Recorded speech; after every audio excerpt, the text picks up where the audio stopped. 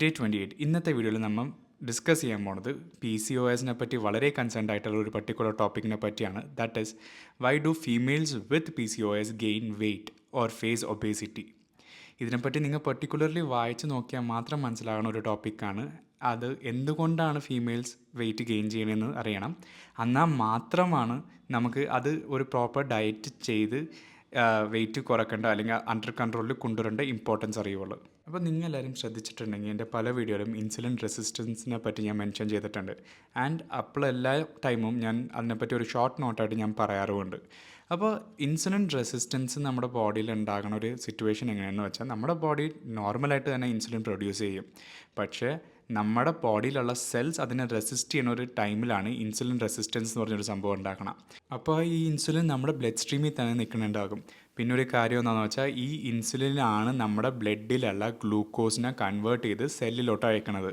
And due to this resistance നമ്മുടെ insulin നമ്മുടെ blood സ്ട്രീമിൽ തന്നെ നിൽക്കുന്നുണ്ടാകും. അറ്റ് ദ സെയിം ടൈം നമ്മുടെ ബോഡിയിലുള്ള ഗ്ലൂക്കോസും ആ ബ്ലഡ് സ്ട്രീമിൽ തന്നെ പ്രസൻ്റ് ആയിരിക്കും. അപ്പോൾ നമ്മുടെ ബ്ലഡ് സ്ട്രീമിൽ നിൽക്കുന്ന ഈ ഗ്ലൂക്കോസ് അവിടെ തന്നെ നിൽക്കുന്നതാണ്. ഈ ഒരു സമയത്താണ് നമ്മുടെ ബ്രെയിനിനും പാൻക്രിയാസിനും തമ്മിൽ ഒരു കോൺവെർസേഷൻ ഉണ്ടാകണം. എടാ മോനെ, ഈ ഒരു ഗ്ലൂക്കോസ് നമുക്ക് എങ്ങനെയെങ്കിലും സെൽസിലോട്ട് എത്തിക്കണം. അപ്പോൾ നീ എന്താ ചെയ്യേണ്ടതെന്ന് വെച്ചാൽ ഇത്തിരിയും കൂടി ഇൻസുലിൻ ഉണ്ടാക്കുക. അങ്ങനെ വരുമ്പോൾ നമുക്ക് ഈ സിറ്റുവേഷൻ ഒന്ന് ഓക്കെ ആക്കി എടുക്കാൻ പറ്റുമെന്ന് പറയുമ്പോഴത്തേക്കും നമ്മുടെ പാൻക്രിയാസ് അപ്പം തന്നെ ഓക്കെ അടിച്ച് ഇൻസുലിൻ പ്രൊഡക്ഷൻ അങ്ങോട്ട് തുടങ്ങും. ഇങ്ങനത്തെ ഒരു സിറ്റുവേഷൻ വരുമ്പോൾ നമ്മുടെ ബോഡിക്ക് റിക്വയർഡ് ആയ ഇൻസുലിനേക്കാളും കൂടുതൽ ഇൻസുലിൻ പ്രൊഡ്യൂസ് ആകും. ആൻഡ് ഇങ്ങനത്തെ ഒരു സിറ്റുവേഷനിൽ തന്നെ ഗ്ലൂക്കോസിൻ്റെ ലെവലും ഹൈ ആകും. അതുപോലെ തന്നെ ഇൻസുലിൻ്റെ ലെവലും ഒരുപോലെ ഹൈ ആകും.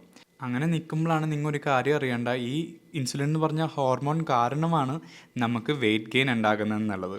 അതെന്താണെന്ന് വെച്ചാൽ നമ്മുടെ ഇൻസുലിൻ ലെവൽ കൂടിക്കഴിയുമ്പോൾ തന്നെ ഇൻസുലിൻ നമ്മുടെ ബ്രെയിനിനെ ഇൻഡിക്കേറ്റ് ചെയ്യും, സർ ഇനി തുടങ്ങി കഴിക്കണ ഫാറ്റും കാര്യങ്ങളൊക്കെ നിങ്ങൾ സ്റ്റോർ ചെയ്ത് അങ്ങോട്ട് വെച്ചോ എന്ന് പറയും. അതും ഓക്കെ അടിച്ച് നമ്മുടെ ബ്രെയിൻ നമ്മൾ കഴിക്കണ ഫാറ്റും കാര്യങ്ങളൊക്കെ സ്റ്റോർ ചെയ്യാൻ തുടങ്ങും. At the same time insulin ഒരു പക്കാ വില്ലത്തരവും ചെയ്യാറുണ്ട്. അതായത് നമ്മുടെ ബോഡിയിൽ ഫാറ്റ് ബ്രേക്ക് ഡൗൺ ആകണ പ്രോസസ്സിനെ അങ്ങോട്ട് സ്ലോ ആക്കി കളയും. ഓക്കെ, അപ്പോൾ നമ്മൾ കഴിക്കുന്ന ഫാറ്റും സ്റ്റോർ ആകാണ്ട് ബേൺ ആകേണ്ട അത്രയും ഫാറ്റ് അല്ലെങ്കിൽ ബ്രേക്ക് ഡൗൺ ആകേണ്ട അത്ര ഫാറ്റ് സ്പീഡായിട്ട് ബ്രേക്ക് ഡൗൺ ആകണമില്ല. അപ്പോൾ ഇങ്ങനെയാണ് സ്റ്റെപ്പ് ബൈ സ്റ്റെപ്പായിട്ട് നമ്മുടെ P C O S suffer ചെയ്യണ ഫീമെയിൽസ് ഒരു ഒബേസിറ്റിയിലോട്ട് എത്തിപ്പെടുന്നത്.